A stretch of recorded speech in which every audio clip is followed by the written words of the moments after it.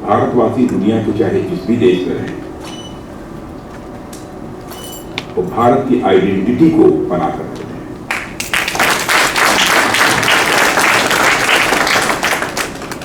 और यहां पर भी भारत के डिफरेंट स्टेट से लोग होंगे। कोई उत्तर प्रदेश से होगा, कोई गुजरात से होगा, कोई मद्रास से होगा, आंध्र प्रदेश से होगा, नॉर्थ ईस्ट से होगा, किसी भी स्टेट से क्यों ना। लेकिन आप सबने भारत की जो कंप्लीट एक आइडेंटिटी यहां पर बनाकर रखी है, इसके लिए मैं आप सबको अपनी तरफ से हार्दिक बधाई देता हूं और आप सबको अपनी शुभकामनाएं भी देता हूं। कंप्लीट इंडियन आइडेंटिटी बनाकर रखी है, यह कोई छोटी बात नहीं है। लंबे समय तक कहीं पर भी किसी को रहना होता है तो लोग अपनी आइडेंटिटी खो बैठते हैं। भारत में रहने के बाद भले ही आप अपने को कोई गुजराती कहता होगा, कोई बिहारी कहता होगा, कोई तेलुगु कहता होगा, कोई तमिल कहता होगा, लेकिन अमेरिका अथवा दुनिया के किसी दूसरे देश में जाता है तो अपने को इंडियन कहता है। और हमने यह यूएसए में देखा, क्योंकि यूएसए में मेरा चौथी बार आना हो रहा है जब से हमने अपना पॉलिटिकल कैरियर प्रारंभ किया है। और इसके पहले भी कई बड़े बड़े कार्यक्रमों को न्यूयॉर्क में, न्यू जर्सी में भी संबोधित कर चुका हूं, लेकिन सैन फ्रांसिस्को में आने का यह मेरा पहला अवसर है। जिस कड़ी मेहनत के साथ और फुल डिवोशन के साथ और पूरी डिसिप्लिन के साथ आप लोगों ने यहां पर नाम भी और मुकाम भी दोनों बनाने में कामयाबी हासिल की है, इसके लिए भी आप सब ने बधाई के पात्र हैं। आपने सम्मान भी अर्जित किया है और मैं ये समझता हूं कि यह आपकी इनकॉम्पिटेबल स्पिरिट का ही परिणाम है। आपकी एक अजेय जो शक्ति है, आपके अंदर उस कर गुजरने का जो भाव है, उसके परिणाम स्वरूप ही इस लक्ष्य को हासिल करने में आपने कामयाबी हासिल की है।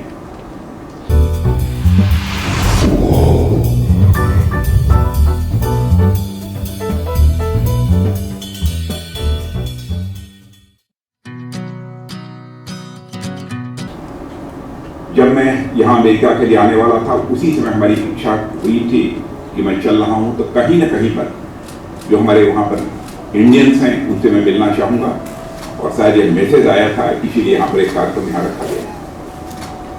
शायद यदि हमारी ऑफिशियल विजिट यहाँ न होती और मैं पॉलिटिकल पार्टी के लीडर के रूप में यदि केवल यहाँ पर आया होता, तो जहाँ जहाँ मैं गया था वहाँ पर मैं इंडियंस के साथ जरूर मैं संपर्क करता और उनके साथ मैं सीधा संवाद करता।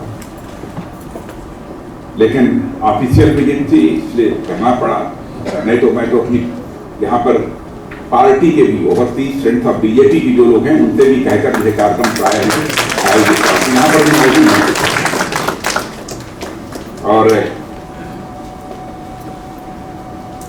5 दिनों की यात्रा पर हम यहाँ पर अमेरिका में आए हुए, और 5 दिनों की यात्रा बहुत ही अच्छी यात्रा रही है। कल हम यहाँ से प्रस्थान करेंगे घर से दिल्ली के लिए। आने पर यहाँ पर डिफेंस मिनिस्टर यूएस मैंने मिस्टर ऑस्टिन और मेरी 1-to-1 बातचीत भी हुई है।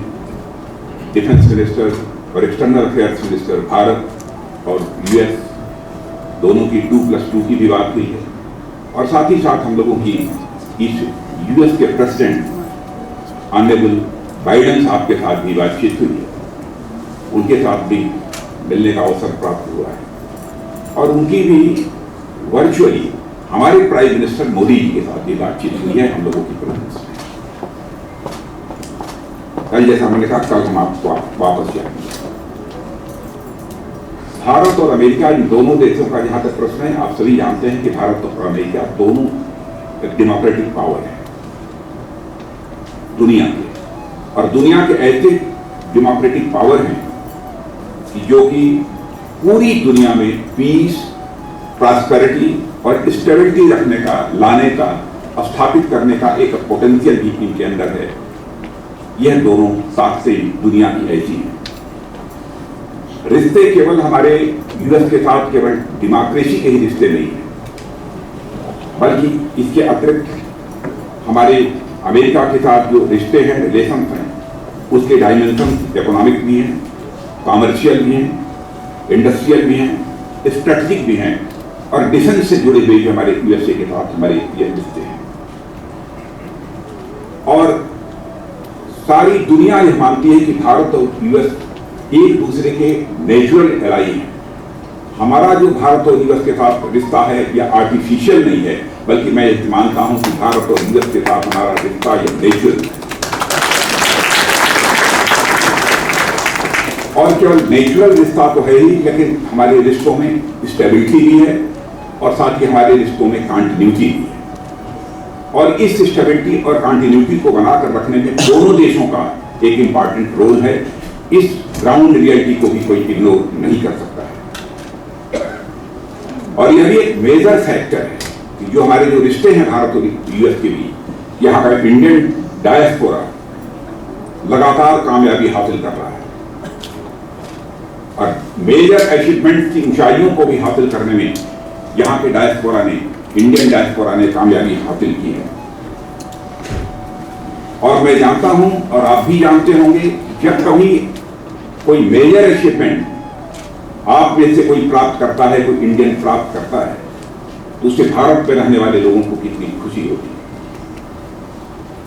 मुझे याद है कि जिस समय ट्विटर की कमान एज ए सीईओ पराग अग्रवाल के हाथों में सौंपी गई थी, तो वहां पर कई लोगों ने, पार्लियामेंट में मैं गया तो वहां मेंबर ऑफ पार्लियामेंट ने कहा कि भाई ट्विटर के सीईओ हमारे इंडियन पराग अग्रवाल बने हैं, जैसे लगा कि उनके घर का कोई व्यक्ति सीईओ बन गया। वैसे हमारी कई ऐसे टेक लीडर्स, चाहे वो हमारे गूगल के सुंदर पिचाई हों अथवा माइक्रोसॉफ्ट के सत्या नडेला हों, IBM के अरविंद कृष्ण हों, अथवा एडोबे के हमारे शांतनु नारायण, जिनकी चर्चा भारत में केवल सुनी ही नहीं जाती है, भारत में सुनाई भी जाती है। और ऐसे हालात यदि पैदा हुए हैं तो सचमुच उनके मेजर अचीवमेंट के कारण पैदा हुए। और मित्रों, आज यदि मैं सैन फ्रांसिस्को में हूं तो सैन फ्रांसिस्को के बारे में भारत के एक महान कवि जिनको कहा जाता है अज्ञे, उनका नाम शायद आप लोगों ने सुना होगा। उन्होंने एक कविता लिखी है सैन फ्रांसिस्को के बारे में कि पश्चिम का भी पश्चिम है, पश्चिम वेस्ट समझ रहे हैं ना, पश्चिम का भी पश्चिम है शहर सैन फ्रांसिस्को, यहां झूमते हुए ही देखा जिस किसी को।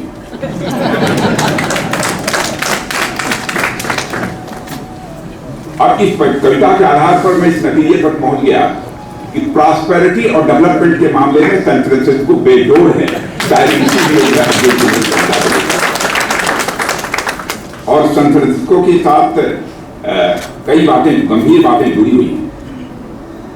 शायद यूनाइटेड नेशंस की स्थापना की शुरुआत भी यदि कहीं से हुई है तो सैन फ्रांसिस्को से हुई है। और जो हिस्ट्री मैंने पढ़ी है उस आधार पर मुझे जानकारी है कि 26 जून 35 को UN चार्टर के सिग्नेचर के द्वारा इस शहर से ही यूनाइटेड नेशंस के गठन की, फॉर्मेशन की शुरुआत हुई। और 24 अक्टूबर 45 को UN का एक फॉर्मल डिक्लेरेशन हुआ था, यानी पूरी तरह से यूनाइटेड नेशंस की स्थापना घोषित कर दी गई थी।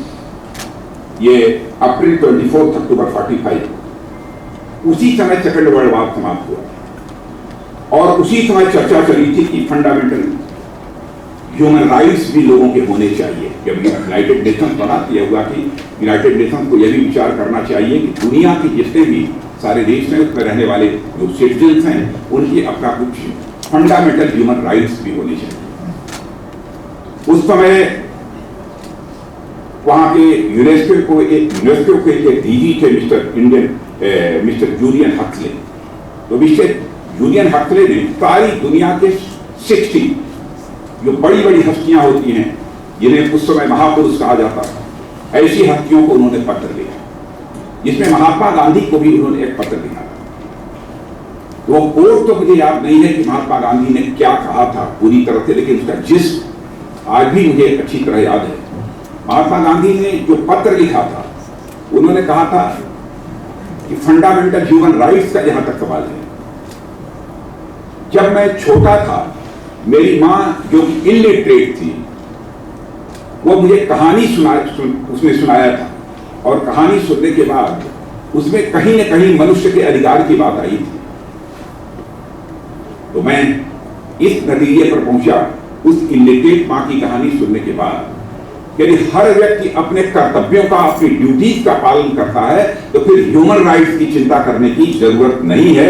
ह्यूमन राइट्स अपने आप से प्राप्त होगा। यह महात्मा गांधी ने उस समय कहा था। और यह भी जहां तक मेरी जानकारी है कि सैन फ्रांसिस्को को ट्रेन ऑफ इंडिया कहा जाता है।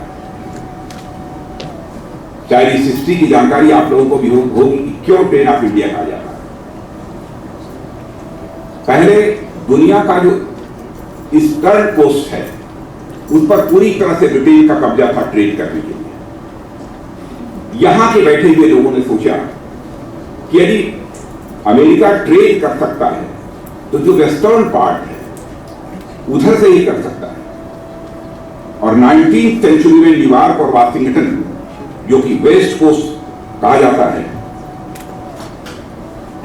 यहां से लेकर सैन फ्रांसिस्को तक ट्रेन लाइन बिछाई जाने लगी ताकि भारत के साथ व्यापार किया जा सके। क्योंकि इस समय अंग्रेजों की हुकूमत थी, अंग्रेजों का कब्जा था, जो भारत के साथ जो व्यापार होता था वो ईस्ट से होता था। इसलिए यह हुआ कि यदि यूएस से ही व्यापार करना है तो वेस्ट से ही यूएस अपना यह व्यापार कर सकता है। इसलिए वाशिंगटन, न्यूयॉर्क से सैन फ्रांसिस्को तक रेलवे लाइन जो बिछाई जाने लगी थी। और उस समय लोगों का मानना था कि बिना भारत के साथ व्यापार किए हुए कभी भी कोई देश संपन्न नहीं बन सकता है, रिच नहीं बन सकता। यह एक लोगों की धारणा थी। और ईस्ट से भारत को व्यापार करने का, जैसे मैंने बताया कि ब्रिटेन के द्वारा उस रास्ते पर कब्जा था, इसलिए फिर यहां पर ट्रेन लाइन बिछाई जाने लगी थी। और उस समय सारी दुनिया में यह धारणा थी, यदि कोई दुनिया का देश प्रॉस्परस बनना चाहता है तो उसके लिए भारत के साथ व्यापार करना आवश्यक है। ब्रिटिश ईस्ट इंडिया कंपनी का आपने नाम सुना होगा, ब्रिटिश ईस्ट इंडिया कंपनी, उसमें ग्लोबल ट्रेड, हमारी पूरी दुनिया का 50% ग्लोबल ट्रेड पर भी किसी का कब्जा माना जाता था, किसी की मोनोपोली थी, तो ब्रिटिश ईस्ट इंडिया कंपनी। यानी आज के 200-250 वर्ष पहले भारत के अंदर ताकत थी, भारत इतना रिच था, भारत इतना प्रॉस्परस था कि लोग यह मानते थे कि अपने देश को यदि प्रॉस्परस बनाना है तो बिना भारत के साथ ट्रेड किए हुए अपने देश को प्रॉस्परस नहीं बनाया जा सकता। यह धारणा जो है दुनिया के दूसरे देशों के अंदर थी। और इन दोनों उदाहरणों से पूरी तरह से साफ है कि आज भी यदि दुनिया का कोई देश प्रॉस्परस बनना चाहता है तो उसकी इच्छा रहती है कि हमारे भारत के साथ जो है ट्रेड हो, हमारा भारत के साथ यह व्यापार हो। यह स्वाभाविक रूप से लोगों की इच्छा होती है। और मैं तो समझता हूं कि हम सबको भी आज संकल्प लेने की आवश्यकता है कि जब आजादी के 100 वर्ष पूरे होंगे 2047 में, तो 2047 आते आते भारत में हम वैसे ही हालात पैदा करेंगे जैसे भारत के अंदर 200-250 वर्ष से पहले हालात थे। इस सारी दुनिया में बनाना है, अपने प्रॉस्पर बनाना है, हमको भारत के साथ ही व्यापार करना ही आवश्यक है। मैं समझता हूं कि ऐसे हालात पैदा करने की जरूरत है। आज जब मैं बात यह आपके सामने कह रहा हूं तो स्वाभाविक रूप से मुझे यह याद आती है एक घटना 2013 में, जब मैं पार्टी का ऑल इंडिया प्रेसिडेंट था। उस समय मैं यूएस आया था और उसके पहले गोवा की नेशनल एग्जीक्यूटिव में मोदी जी को इलेक्शन कैंपेन कमेटी का चेयरमैन जो है मैंने उस समय घोषित किया। लोगों को यह मैसेज चला गया था कि लगता है कि भारतीय जनता पार्टी ने माइंड मेकअप कर दिया है कि प्रेसिडेंशियल कैंडिडेट के रूप में मोदी जी को प्रेजेंट किया जाए। एक चर्चा चली जब मैं उस समय अमेरिका आया तो बहुत सारे सीनेट के लोग, कांग्रेस के लोग, किसी ने लंच किया, किसी ने डिनर किया, कुछ लोगों का डेलीगेशन भी मुझसे मिला, कुछ बिजनेसमैन, उन लोगों का डेलीगेशन मिला। मैंने उस समय देखा कुछ लोगों के अंदर हताशा और निराशा भी थी, और कुछ लोगों के अंदर तो मोदी जी को लेकर भी तरह तरह की एक धारणाएं बनी हुई।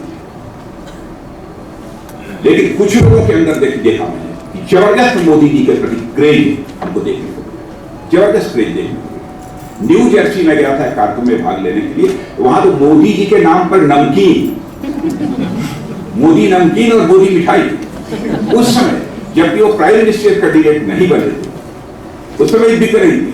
तो मैंने पूछा कि यहाँ कैसे आ गई है मोदी जी की नमकीन? गुजरात मेरी बिकती तो बात समझ में आती है। उन्होंने कहा था भले ही वो गुजरात के चीफ मिनिस्टर हों, लेकिन भारत में भी मोदी जी के प्रति इतना क्रेज है ना भाइयों। सचमुच मेरा विश्वास ये पक्का हो गया कि यदि मोदी जी भारत के प्राइम मिनिस्टर यदि कैंडिडेट होंगे तो हमको क्लियर मेजॉरिटी हासिल करने से दुनिया की कोई ताकत नहीं रोक सकती है। उसी समय पार्टी ने फैसला किया। और उस समय तो कुछ लोगों ने यह भी कहा, निराशा जाहिर की, भाई पिछले कुछ वर्षों से जो आप लोगों की सरकार चल रही है, सरकार के हालात ठीक नहीं है। तो हम लोगों की धारणा यह बनती जा रही है कि the success story of India is now over, अब समाप्त हो गई। तो मैंने उस समय एक सेंटेंस कहा था, मैंने कहा था the success story of India is not over, is waiting for BJP to come into power. और बीजेपी इस समय पावर में है और मोदी हमारे प्राइम मिनिस्टर हैं। अब क्या इस समय के हालात हैं और आज के 8 साल 10 साल पहले क्या भारत के बारे में लोगों के का परसेप्शन था, क्या हालात थे, मैं समझता हूं कि हम लोगों से ज्यादा जानकारी आप सबको है। तो इतनी बात तो मैं कह सकता हूं, जो कुछ भी थोड़ी बहुत मेरी जानकारी है दुनिया के देशों के बारे में, भारत के बारे में सारी दुनिया की धारणा बदल गई है। लोगों ने मान लिया है कि भारत अब यह कमजोर भारत नहीं है, भारत अभी दुनिया का ताकतवर देश बन चुका है। और भारत के अंदर क्षमता भी है जो भारत विश्व की अगुवाई भी कर सकता है, विश्व का नेतृत्व भी कर सकता है। यह भारत के अंदर पोटेंशियल है, दुनिया ने मान लिया। इतना मेजर 7-8 वर्षों के अंदर मैं समझता हूं दुनिया के किसी देश की इससे बड़ी दूसरी कोई ग्रैंड अचीवमेंट नहीं हो सकती। इतना बड़ा चेंज आया है। और मैं कह सकता हूं कि इसके पहले भी हमारे कई प्राइम मिनिस्टर्स में हैं, लेकिन कुछ ऐसे प्राइम मिनिस्टर्स में हैं जिनके बारे में कह सकता हूं कि प्राइम मिनिस्टर बनने के बाद वो देश के लीडर बने। लेकिन चाहे हमारे मोदी जी रहे हों, अटल जी रहे हों, और भी कांग्रेस के भी नेता है, पंडित जवाहरलाल नेहरू भी, जो कि प्राइम मिनिस्टर बनने के पहले ही देश के लिए। वैसे ही मैं अटल बिहारी वाजपेयी और मोदी जी को भी मानता हूं कि प्राइम मिनिस्टर बनने के पहले ही वो देश के नेता बन गए। और आज मैं कह सकता हूं कि आज हमारा Bharat new and confident Bharat है, नया भारत है, और आत्मविश्वास से भरा हुआ हमारा यह भारत है।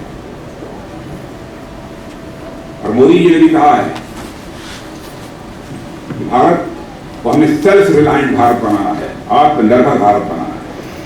भारत को आत्मनिर्भर भारत बनाने के लिए भी कई ऐसे महत्वपूर्ण कदम हम लोगों ने उठाए। और दुनिया के दूसरे देशों पर लंबे समय तक हम भारत को आश्रित नहीं रखना चाहते। कई ऐसे महत्वपूर्ण कदम उठाए। अब जैसे डिफेंस मिनिस्ट्री की हम लोगों की जिम्मेदारी है, इस काम को देख रहे हैं। पहली बार ऐसा हुआ कि हम लोग पहले सारे डिफेंस आइटम्स जितने होते थे अधिकांश दुनिया के दूसरे देशों से हम लोग इंपोर्ट किया करते थे। अब हम लोगों ने तय कर दिया है कि जितना हमारा कैपिटल बजट है उसका 68% हम केवल भारत की इंडस्ट्री से अथवा भारत में जिस इंडस्ट्री ने कोई आइटम बनाया होगा उसी से प्रयोग करें। 68%। और 68% का 25% जो केवल इंडियन इंडस्ट्रीज के द्वारा बनाया गया होगा वहीं से हम प्रयोग करें। मैंने इंडियनाइजेशन की तरफ भारत ने बहुत ही प्रभावी कदम उठाए, बहुत ही प्रभावी कदम उठाए। यहां तक कि हमारे जो डिफेंस पब्लिक सेक्टर अंडरटेकिंग्स हैं उनके बारे में भी हम लोगों ने फैसला किया है। बहुत सारे छोटे छोटे स्पेयर्स भी हम दुनिया के दूसरे देशों से इंपोर्ट करते थे, अब फैसला किया है और आइडेंटिफाई किए हैं। 2500 ऐसे आइटम आइडेंटिफाई किए हैं।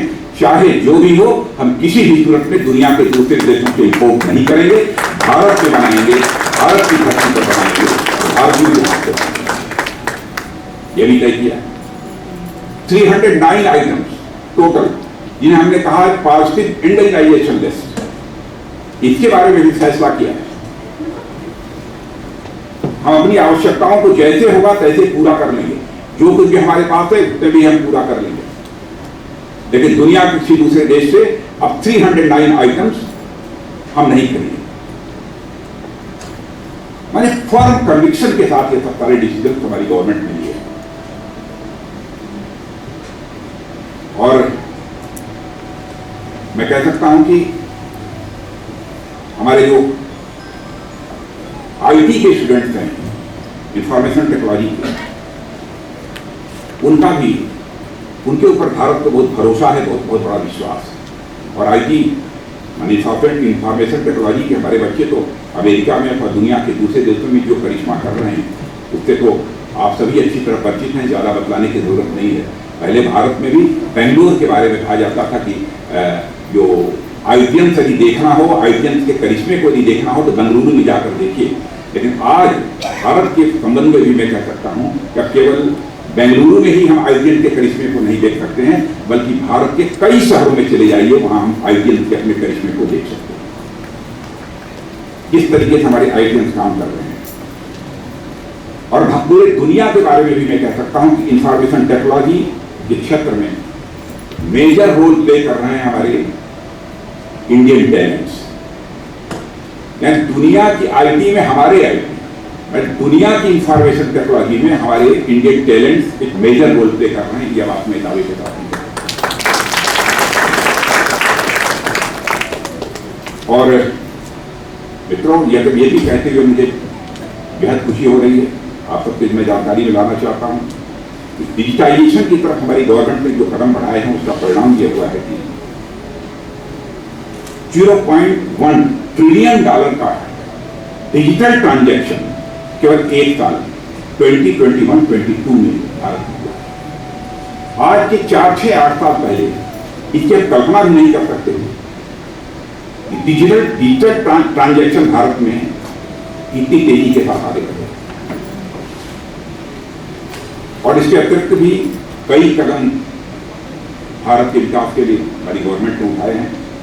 और आप सबको जानकारी होगी कि प्रधानमंत्री बनने के साथ ही मोदी जी ने पहला काम जो किया था, उस समय उनके साथ में होम मिनिस्टर था कैबिनेट में। सचमुच मेरी समझ में भी उस समय बात नहीं आ रही थी क्यों ऐसा कदम उठा रहे हैं। जब उन्होंने तय किया कि दुनिया में हर फैमिली, भारत के हर फैमिली का अकाउंट बैंक में खोला जाए, तो मैंने पूछा कि इसका पर्पज क्या है। तब उन्होंने बताया कि मैं चाहता हूं कि हर फैमिली का अकाउंट हो। और उनका कहना था कि मैं केवल हर फैमिली का नहीं, बल्कि मैं चाहता हूं कि जो भी भारत का सिटीजन है सबका बैंक में अकाउंट होना चाहिए। बैंक में अकाउंट खुलने का मतलब यह हुआ कि हम केवल लोगों को बैंकिंग सिस्टम से ही नहीं जोड़ते हैं, बल्कि हम अपने देश के इकोनॉमिक सिस्टम के साथ भी जोड़ते हैं। और पहला काम हमारे प्राइम मिनिस्टर ने जो किया था, इस प्रधानमंत्री जनधन योजना के अंतर्गत लोगों के बैंक अकाउंट को जोड़ा, पूरे भारत के लोगों को बैंकिंग सिस्टम के साथ जोड़ दिया, पूरे इकोनॉमिक सिस्टम के साथ हमारे प्राइम मिनिस्टर ने जोड़ने में कामयाबी हासिल की। एक बहुत बड़ी उपलब्धि है। और आज आप सबको भी जानकारी होगी कि जैम के माध्यम से आज गरीबों को इंश्योरेंस सब्सिडी, अन्य बहुत सारी सब्सिडी, अन्य सारे फाइनेंशियल असिस्टेंस सीमलेसली ये लोगों को दिए जा रहे हैं।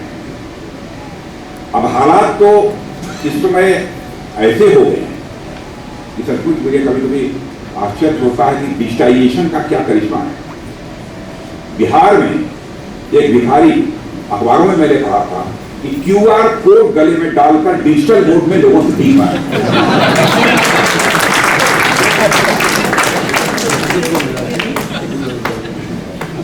ये करिश्मा। और मैं आपको आश्वस्त करना चाहता हूं कि जहां तक आर्थिक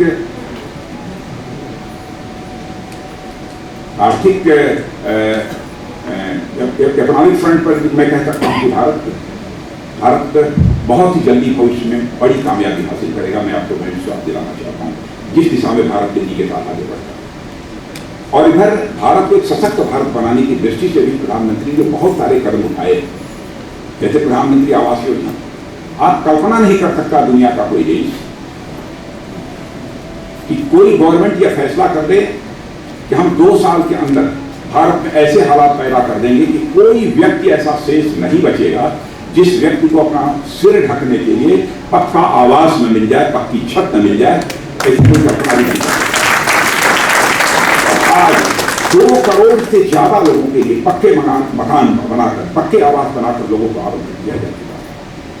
अब जैसे लगता है कि भारत के अंदर ही दुनिया एक नया देश खड़ा कर दिया गया। एक ऐसी स्थिति भारत के अंदर वो गवर्नमेंट ने पैदा की है। अन्य बहुत सारी योजनाएं, टॉयलेट ऐसे लगभग 80%, 70%, 75%, 80% हाउसेस थे जिनमें भी टॉयलेट्स नहीं थे। टॉयलेट्स हमारी गवर्नमेंट ने हर घर में लगा। पहले कोई सोच नहीं सकता था कि कोई गवर्नमेंट आएगी और यह सब छोटे छोटे काम, लोगों की जो न्यूनतम आवश्यकताएं होती हैं, इनको पूरा करने के लिए कोई सरकार इतने सारे कदम उठाएगी, लेकिन उसको भी पूरा किया। गरीब परिवारों की माताएं बहनें भी लकड़ी जलाकर अंगीठी से धुएं में खाना पकाने की स्थिति पैदा न हो, इसलिए सबके घर में गैस सिलेंडर होना चाहिए। यह भी काम हमारी ही सरकार ने किया और घर घर में आज आपको गैस सिलेंडर देखने को मिलेगा, जिससे कि आज हमारी माताएं बहनें उससे खाना बनाने का काम करते हैं। आयुष्मान भारत योजना, कई ऐसी योजनाएं जिसको हमारे प्रधानमंत्री ने, हमारी सरकार ने भारत को खुशहाल भारत बनाने की दृष्टि से ऐसे उठाए। कोविड पैंडेमिक के दौरान में मैं कह सकता हूं कि सचमुच हमारी गवर्नमेंट ने करिश्मेटिक काम किया है। मेरे बहनों, 180 करोड़ लोगों का वैक्सीनेशन हो चुका है। 180 करोड़ लोगों का और जिस समय यह पैंडेमिक का सिलसिला प्रारंभ हुआ था, भारत में कहीं पर लगता था लोगों को कि यदि वैक्सीनेशन का ये प्रोसेस पूरा करना है तो कहां से इतनी वैक्सीन मिल पाएंगी, इतनी लोगों को। लेकिन आज भारत में भी वैक्सीन हम तैयार करने लगे और भारत में केवल वैक्सीन भी तैयार नहीं कर रहे हैं, केवल भारतवासियों को लगा ही नहीं रहे हैं, बल्कि हम दुनिया के दूसरे देशों को भी वैक्सीन उपलब्ध कराने का काम कर रहे हैं। आज ऐसी स्थिति में हम लोग पहुंच गए हैं। एक्सपोर्ट के क्षेत्र में भी देखें तो भारत पहली बार ऐसा हुआ कि $418 बिलियन का एक्सपोर्ट एक साल में करने में हम लोगों ने कामयाबी की। एक साल और इसमें $150 बिलियन यह वैल्यू के सॉफ्टवेयर एक्सपोर्ट हुए। $150 बिलियन के सॉफ्टवेयर एक्सपोर्ट हुए और दुनिया के देशों के साथ हमारा ट्रेड एग्रीमेंट भी चल रहा है। समाचार पत्रों के माध्यम से भी आपको जानकारी मिली होगी कि अभी हाल में ही ट्रेड एग्रीमेंट हम लोगों ने ऑस्ट्रेलिया के साथ भी किया है। यानी आर्थिक दृष्टि से भारत को एक सशक्त भारत बनाने की दिशा में हमारी गवर्नमेंट की तरफ से जितने भी प्रभावी कदम हो सकते हैं वो सारे कदम गवर्नमेंट द्वारा उठाए जा रहे हैं। मैं कह सकता हूं कि अब हमारा भारत दुनिया की फास्टेस्ट ग्रोइंग इकोनॉमी में से एक बनकर खड़ा हो गया। फास्टेस्ट ग्रोइंग इकोनॉमी में से एक बनकर खड़ा हो गया। पैंडेमिक के कारण हमारी इकोनॉमी को सेटबैक लगा था, लेकिन मैं कह सकता हूं कि अब हमारी देश की इकोनॉमी अब वी शेप रिकवरी की समय कर रही है। वी शेप रिकवरी हमारी इकोनॉमी इस समय कर रही है। जैसा मैंने पहले ही कहा कि भारत हमारा कोई कमजोर भारत नहीं है, हमारा भारत ताकतवर भारत है। आप सबको जानकारी होगी इंडो चाइना स्टैंड अप हुआ था पिछले साल, उसमें हमारे भारत के सेना के जवानों ने जिस शौर्य या पराक्रम का परिचय दिया, जितनी भी सराहना की जाए वह कम है। और मैं कह सकता हूं, हो सकता है कि हम लोग खुलकर नहीं बोल सकते कि हमारे सेना के जवानों ने क्या किया है, हमारी गवर्नमेंट का क्या डिसीजन रहा है, खुलकर यह बातें तो नहीं की जा सकती हैं, लेकिन यह मैसेज तो निश्चित रूप से गया ही गया है। भारत को यदि कोई छेड़ेगा तो भारत उसे छोड़ेगा नहीं।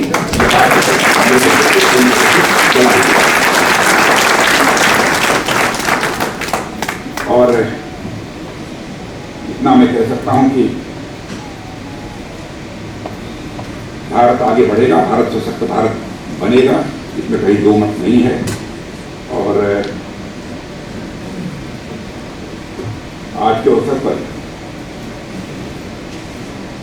इंटरनेशनल रिलेशंस के बारे में मैं जरूर आपसे कहना चाहूँगा कि आजकल की जैसी रशिया सारी जो क्राइसिस चल रही है, तरह तरह की चर्चाएं होती हैं, इंटर रिलेशंस के बारे में भारत की नीति पूरी तरह से साफ है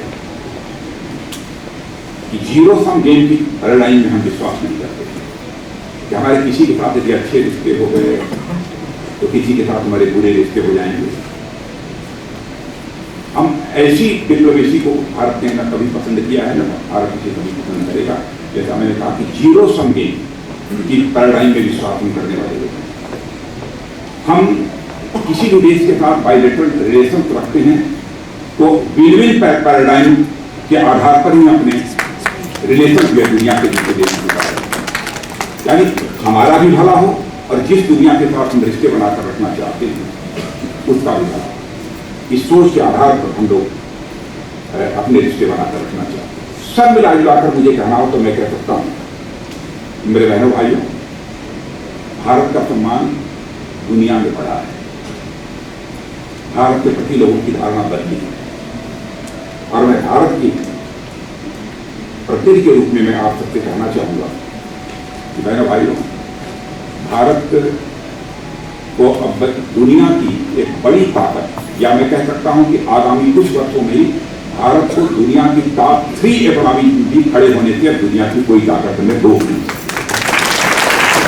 आप सभी का बहुत बड़ा कॉन्ट्रीब्यूशन है और आज आप सब लोगों के बीच आकर मिलकर बातचीत करने में बेहद खुशी हुई। मैं बैठा हुआ था तो मैं सोच रहा था, जेट लैग का असर हो रहा था, मैं डिफेंस सेक्रेटरी से कह रहा था